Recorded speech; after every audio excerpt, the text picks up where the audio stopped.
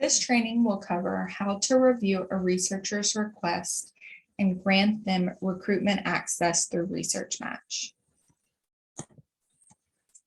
This is our flowchart for the process of a researcher gaining recruitment access.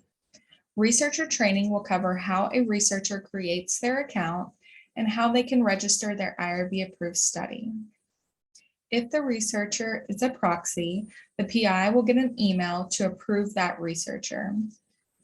Then the researcher's request will come to your liaison dashboard, and you have to decide if you're going to approve or deny the request.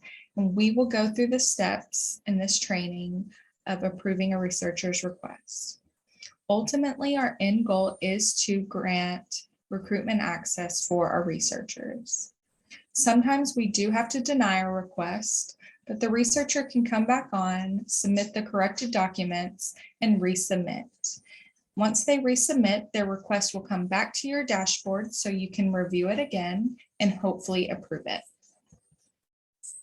On your liaison dashboard in this cream-colored box, you will see how many requests are in the system waiting your approval.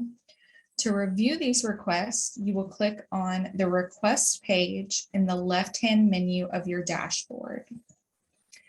That will open this page where you can see all the requests that are waiting a liaison approval.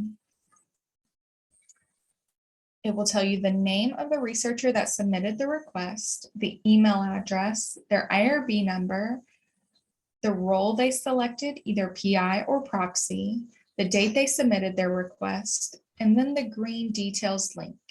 To review each request, you will click on the green details link. That will open the information that the researcher submitted. At the top will be the IRB approval letter and their contact message, and the information the researcher submitted about themselves and their study. You will open the IRB letter and compare the information they submitted on the letter with what they have submitted about their study. You're going to check the title, the PI, the expiration date, and the IRB number. So you would check the title here, the PI, so this person listed themselves as the PI. If not, this would say proxy, and there would be 2 more rows with the PI's name and email address. The IRB number is here, and then the expiration date is down here. So you would check yes, you want to approve, and the expiration date would pop up. So some IRB letters have an expiration date. So that is the date you would enter here. With exempt studies and with the new common rule changes, some IRBs are not putting an expiration date on the letter.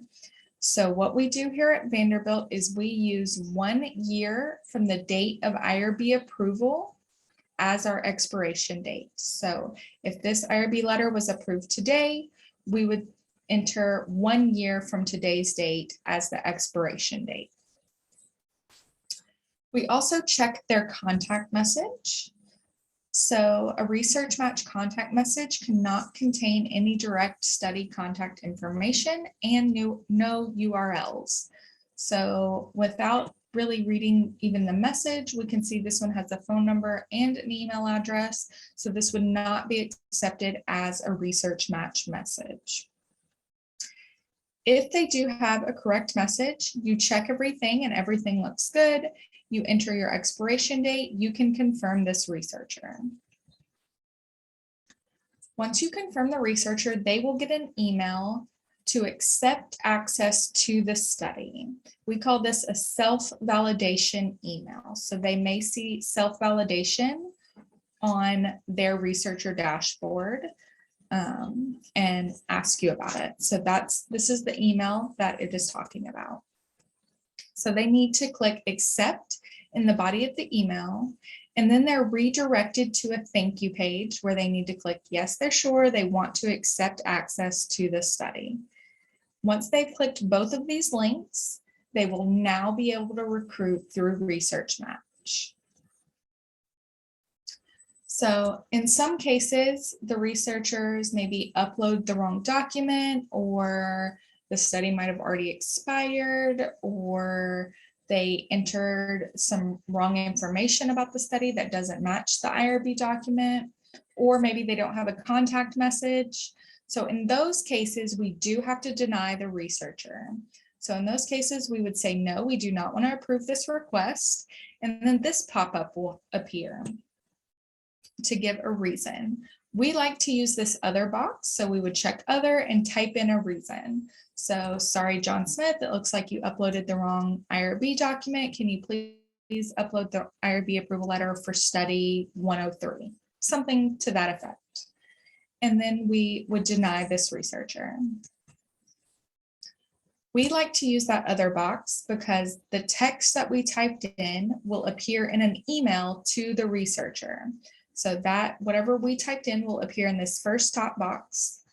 And then just a couple sentences below that is a link for them to log back into their account and resubmit. So hopefully if they do have the correct documents, they could come right back on and resubmit so you can approve their request. That is how you review researcher requests so they can gain recruitment access. If you have any questions, please email us at info@researchmatch.org. Thank you.